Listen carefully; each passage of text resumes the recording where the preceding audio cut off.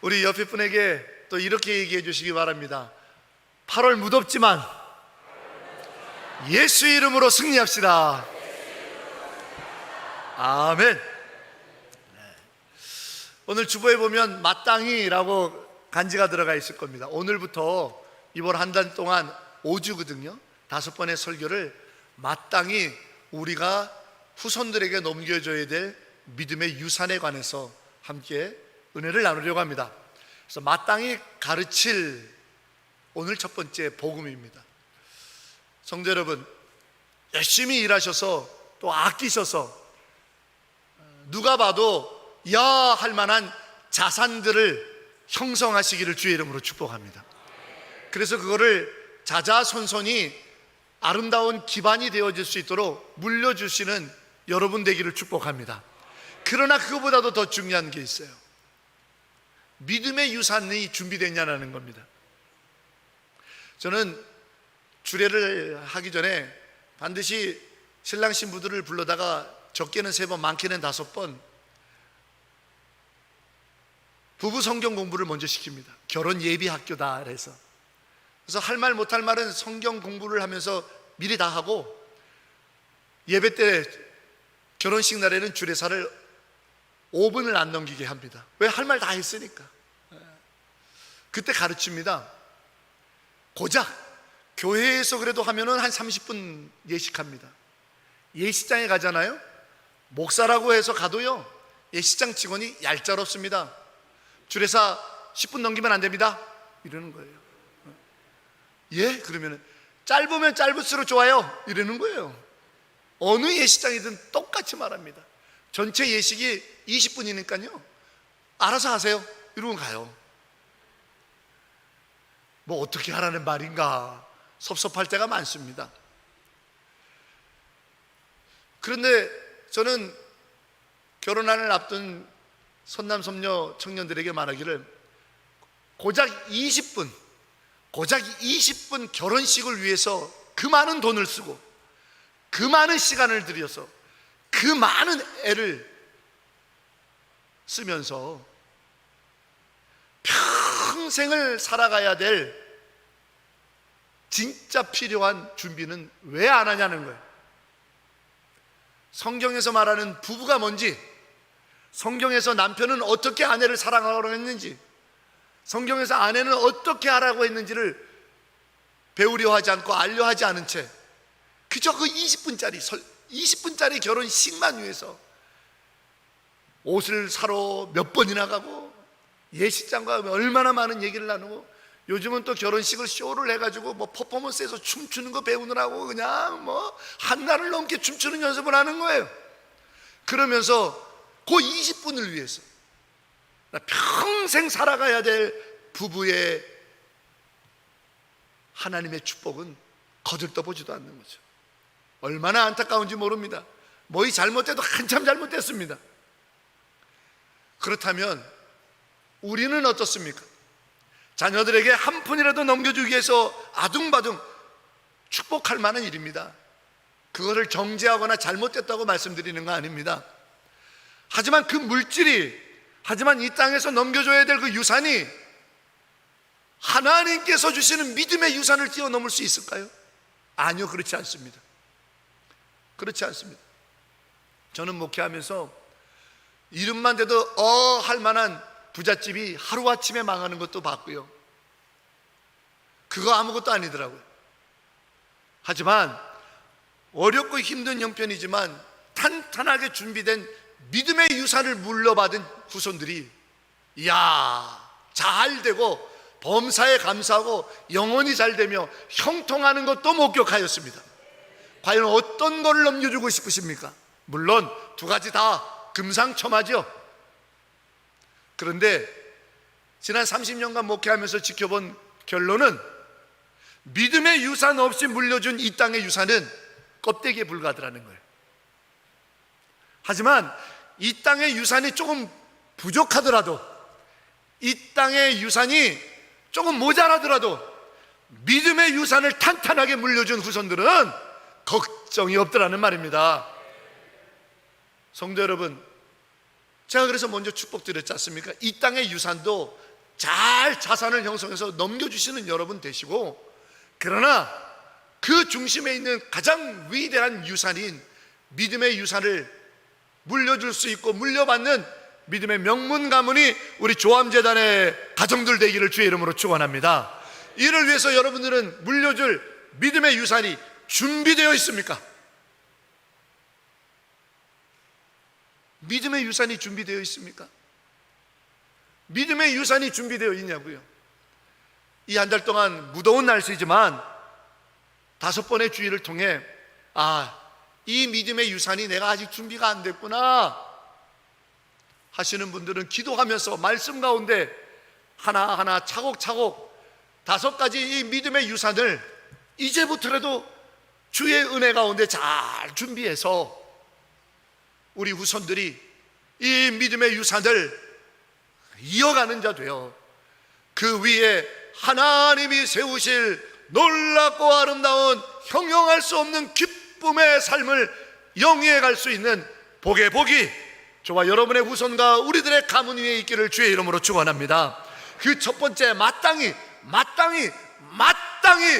물려주고 가르쳐야 될 것은 복음입니다. 이게 믿음의 첫 번째 유산이에요. 복음이에요. 제가 미국에 처음 유학을 갔을 때 참 가난한 사람이었습니다. 돈도 없고 아무것도 없으나 번아웃돼서 젊은 날 꿈꿨던 공부를 유학을 하고 싶다 해서 내 식구를 데리고 갔어요. 근데 도착하자마자 저희 아들이 머리가 덥수룩해서 이제 학교를 들어가야 되는데 좀 깨끗하게 깎았으면 좋을 것 같아서 아들 손을 데리고 미용실을 그냥 갔어요. 한국인이 운영하는 미국 LA에 있는 한국 미용실은 비싸더라고요. 한 30불 하는 것 같았어요. 너무 비싸서 거기는 못 갈 것 같아요. 그런데 또 미국인들이 운영하는 미용실은 20불 정도를 해요. 그래서 이거보다 더 싼 데가 없을까 찾아봤더니 저처럼 이민 온 미국의 알메니안이라고 하는 그러한 유럽 쪽에서 온 이민자들이 경영하는 미용실인데 거기는 9불 하는 거예요. 야, 여기 가자. 어차피 뭐 애들 머리 거기서 거기니까 여기 가자. 그래서 아들을 데리고 쓱 갔어요. 근데 그 사람도 영어를 잘 못하고 저도 영어가 서툴고 손짓 발짓 하면서 이렇게 깎아라 저렇게 깎아라 막 소통했어요. 그랬더니 그 미용사가 오케이, no problem, 걱정하지 말래요. 그래서 아이를 거기다 맡겨놓고는 한 30분 걸린다 그래서 장을 보고 왔더니 애 머리를 완전히 밤톨로 만들어 놓은 거예요. 우리 아들이 여기 있지만 그 녀석도 울상이 다 된 거예요. 8살짜리가 그 거울을 본 자기 모습이 이건 영 아니거든요, 머리가. 그랬더니 저하고 소통이 안 된 거예요. 서로 영어를 못 알아들으니까 서로 말귀가 안 통한 거예요. 그래서 실망한 아들한테 어쩔 수가 없어서 거짓말을 했죠. 어떻게 거짓말을 했냐? 그 당시가 영국에서 아주 유명했던 데이비드 베컴이라고 하는 축구 선수가 미국으로 막 옮겨오던 시기였어요. 그래서 제가 뭐라 했냐면 this is 베컴 스타일 이랬어요. 네 머리는 요즘 유행하고 있는 베컴 스타일 머리라고. 그랬더니 아들이 씨 웃더라고요. 속아준 거죠. 속아준 거예요. 베컴 스타일이라고 거짓말을 했고 아들이 속아줬어요. 그렇습니다, 여러분. 소통이 안 되면, 말이 안 되면, 내가 원하는 걸 제대로 전해주는 사람이 없으면, 나 대신 그것을 전달해 줄 사람이 없으면 이렇게 망치는 수가 있어요. 그런데 머리에 한번 망치면 조금 시간이 지나면 잘합니다. 그래서 다음번에는 망치지 않을 준비를 하고 가면 돼요. 하지만 인생이 한번 망가지면요, 인생이 한번 망가지면 우리 육신의 몸도 한번 건강을 잃으면 그거 회복하기 쉽지 않습니다. 육신의 몸도 한번 건강이 무너지면 그 회복하는데 얼마나 부단한 노력이 필요한데, 우리의 영혼이 한번 망가지면, 우리의 인생이 망가지면 어떻게 하시려고 합니까? 오늘 본문에 다윗의 인생이 망가졌습니다. 본인이 잘못해서가 아니라 악한 세력에 의해서 다윗의 인생이 나락으로 떨어졌어요. 성경에 보니까 당시 이스라엘의 왕이었던 사울왕이 그의 신하들과 그의 아들들과 그 밑에 있는 모든 군사들에게 명령하기를 다윗을 죽여라! 서슬퍼렇게 그 말을 하니까 누구도 그 앞에서 왕이여 이러시면 안 됩니다, 왕이여 도대체 무슨 잘못을 했다고 말하는 사람이 없는 거예요. 그 명령 한마디에 이제부터 다윗의 목에는 현상금이 걸린 겁니다. 다윗이 변명할 시간조차 없어요. 왜? 발견하는 즉시 사살이니까. 생포해서 잡아오라는 명령도 아닙니다. 다윗을 보면 죽여라예요. 변명할 여지도 없어요. 내가 뭘 잘못했냐고, 용서가 잘못한 게 있으면 용서를 빌 틈도 없이 죽여라, 이게 명령이에요. 다윗이 그 얘기를 듣고 왕한테 가서 풀 건 풀고 내가 잘못한 게 있으면 손이 발이 되도록 빌어서 어떻게든지 해결을 봐야 되겠다, 이럴 틈도 없는 거예요. 왜? 왕한테 나가는 즉시 그 대문 앞에서, 궁궐 앞에서 병사들한테 죽임을 당할 거니까요. 그냥 죽여라예요. 인생이 나락으로 떨어지는 거 아닙니까? 망가지는 거죠. 내가 잘했든 잘못했든 상관없이 세상 풍조가 우리 인생을 망가뜨리는 거예요. 나는 그저 열심히 산 죄밖에 없는데 음란의 마귀가, 질투의 마귀가, 시기의 마귀가, 원망의 마귀가, 미움의 마귀가 내 주변 사람들을 사부작 만들어가지고 내 인생을 망가뜨리는 거예요. 대책이 없어요. 아니라고 말도 못해요. 변명할 틈도 없어요. 증명할 방법도 없어요. 요즘 인터넷 댓글이 얼마나 무섭습니까? 확인되지도 않은 사실에 관해서 한번 소문이 나버리면 그냥 낙인 찍혀버리는 거 아닙니까? 그냥 인생이 망가지는 거예요. 왕 한마디에 다윗을 죽여라! 더 이상 뭘 어떻게 해볼 수가 없어요. 그게 오늘 우리들의 인생의 현 주소고 모습 아닙니까? 아무리 아니라고 오해를 풀려고 말을 해도 그냥 승질만 나요. 다툼만 더 번져요. 더 오해만 깊어져요. 왜? 이미 이렇게 꽈서 보고 듣기 때문에 더 이상 뭔가 해결이 되질 않아요. 그때 오늘 요나단이 등장합니다. 사울의 아들이고 다음 왕위 계승자인 세자인 요나단이 등장해서 목숨을 걸고 왕 앞에서 그렇게 하면 죄 짓는 겁니다. 다윗은 뭔 죄가 있습니까? 다윗을 살려야 합니다라고 다윗을 대신해서 변론을 하고 말을 하여 다윗을 사지에서 건져내는 역사가 오늘 우리가 읽은 본문이에요.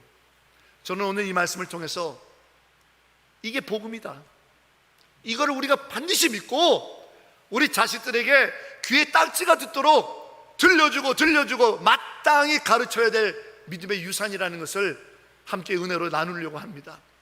성도 여러분, 이 말씀을 마음에 새겨서 우리 삶에 대신하여 주시는 분, 우리를 대신하여 변론하고 대언해주고 우리를 대신해서 그 죄를 담당해주고 우리를 대신하여 목숨을 거느치는, 우리를 대신하여 생명의 길을 걷는 예수 그리스도의 거룩한 영광이 저와 여러분과 우리 후손 가운데 있기를 주의 이름으로 축원합니다.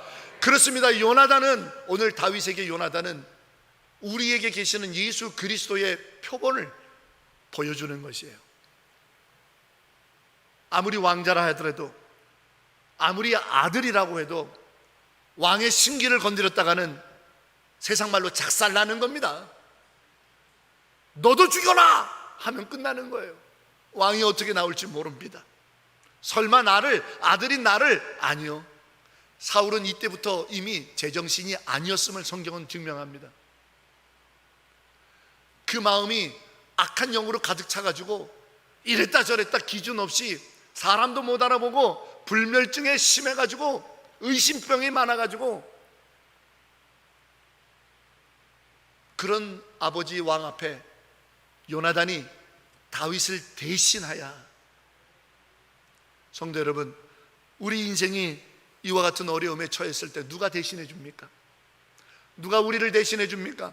누가 우리를 대신하여 내 죄를 담당하며 누가 우리를 대신해서 나를 변론해 주고 누가 대신해서 나를 위해 줄 분이 누가 있습니까? 부모된 우리도 자식들을 대신할 수 있는 것이 한계가 있습니다. 자식이 사업에 망하면 그것을 메꿔주는 것도 한두 번이지 연로한 나이에 지금 경제력이 상실된 나이에 그거 못 해줍니다. 절대로 그런 일이 있어서는 안 되지만 자식이 뭔가 죄가가 있으면 그 죄값을 부모가 대신 치를 수 없습니다. 우리도 자식을 대신해 줄 수 있는 게 한계가 명백합니다.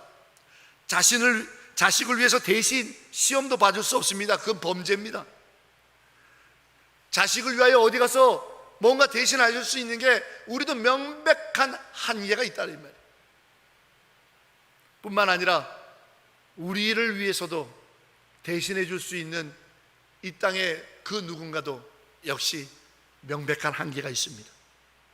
하지만 예수 그리스도, 우리의 사랑하는 주님은 우리를 대신함에 있어서 한계가 없는 완전한 우리를 대신하시는 우리의 아버지인 줄로 믿습니다. 이것이 복음이에요. 이것이 복음. 좀 심하게 얘기하면 가족 간에도 돈 문제 끼면 정말 피를 나는 형제인지 모를 때도 많습니다.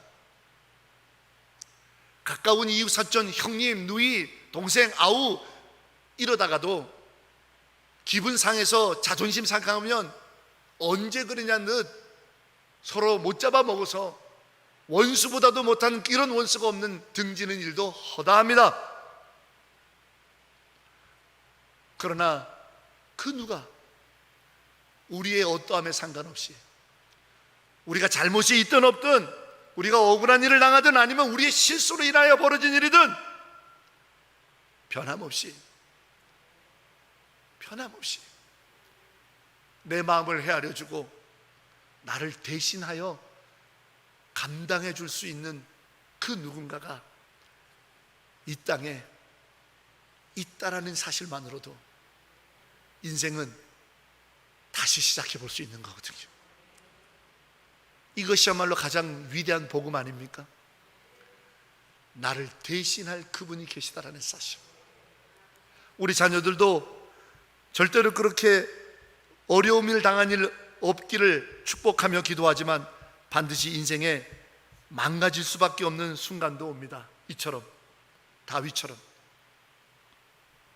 그럴 때 우리도 도와줄 수 없고 우리의 손길도 미칠 수 없는 그때에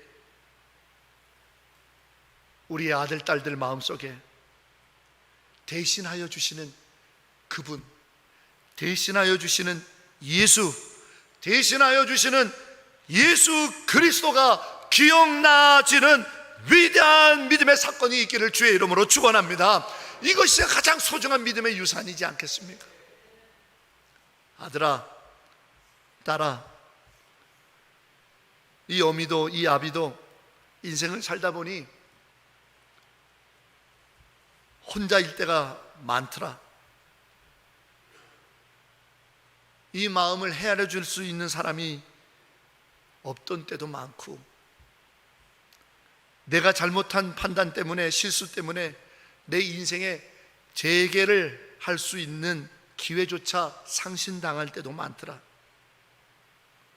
하지만 내가 오늘까지 그리고 견디고 버틸 수 있었던 것은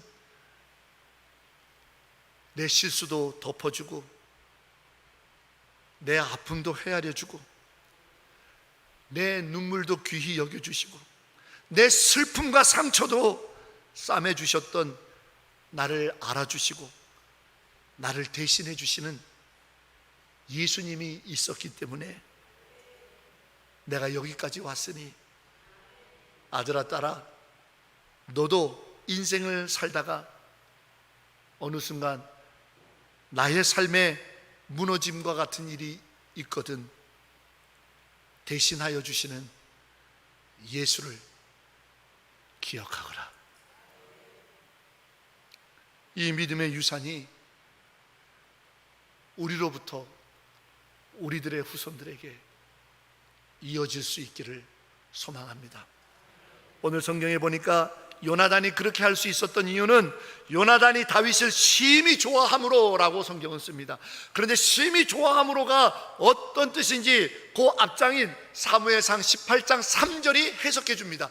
요나단이 다윗을 심히 좋아하더라가 무슨 뜻인지를 사무엘상 18장 3절이 해석하는데 이렇게 써 있습니다. 요나단이 자기 생명과 같이 다윗을 사랑하는 것이더라. 우리를 대신하시는 예수께서 당신의 생명과 같이 저와 여러분을 사랑하시기 때문에 우리의 죄도 대신 지어주시고 우리의 아픔도 대연하여 주시고 우리의 눈물도 알아주시고 우리의 쓰라린 상처도 싸매어 주시는 우리 아버지 주님이십니다. 이 복음 대신하여 주시는 분, 알아주시는 분, 내 마음을 헤아려 주시는 이분, 그분이 계시다라는 사실, 그분이 예수 그리스도라고 하는 이 복음을 나를 사랑하여 그렇게 대신하여 주신다라고 하는, 나를 자기 생명과 같이 사랑하여 이렇게 알아주시고 헤아려 주시고 사랑하여 주시고 대신하여 주시는 그분, 예수 그리스도, 그분, 이 복음을 마땅히 우리가 굳게 믿고 마땅히 우리 자녀들에게 가르쳐서 이 복음의 믿음 위에 인생을 펼쳐나갈 수 있는 거룩한 역사가 저와 여러분, 우리 후손들, 우리 가문에 있기를 주의 이름으로 간절히 축원합니다. 마땅히 가르칠 복음, 마땅히 가르칠 복음, 마땅히 가르칠 복음, 나를 대신하여 주시는 예수 그리스도, 내 마음을 알아주시는 예수 그리스도, 나의 슬픔을 닦아주시는 예수 그리스도, 이 복음의 소식이 내 믿음이요, 이 복음의 믿음이 내 자녀에게 마땅히 가르쳐질 수 있도록 주여 은혜를 베풀어 주소서. 주여 도와주시옵소서. 예수님의 이름으로 간절히 기도하옵나이다. 아멘.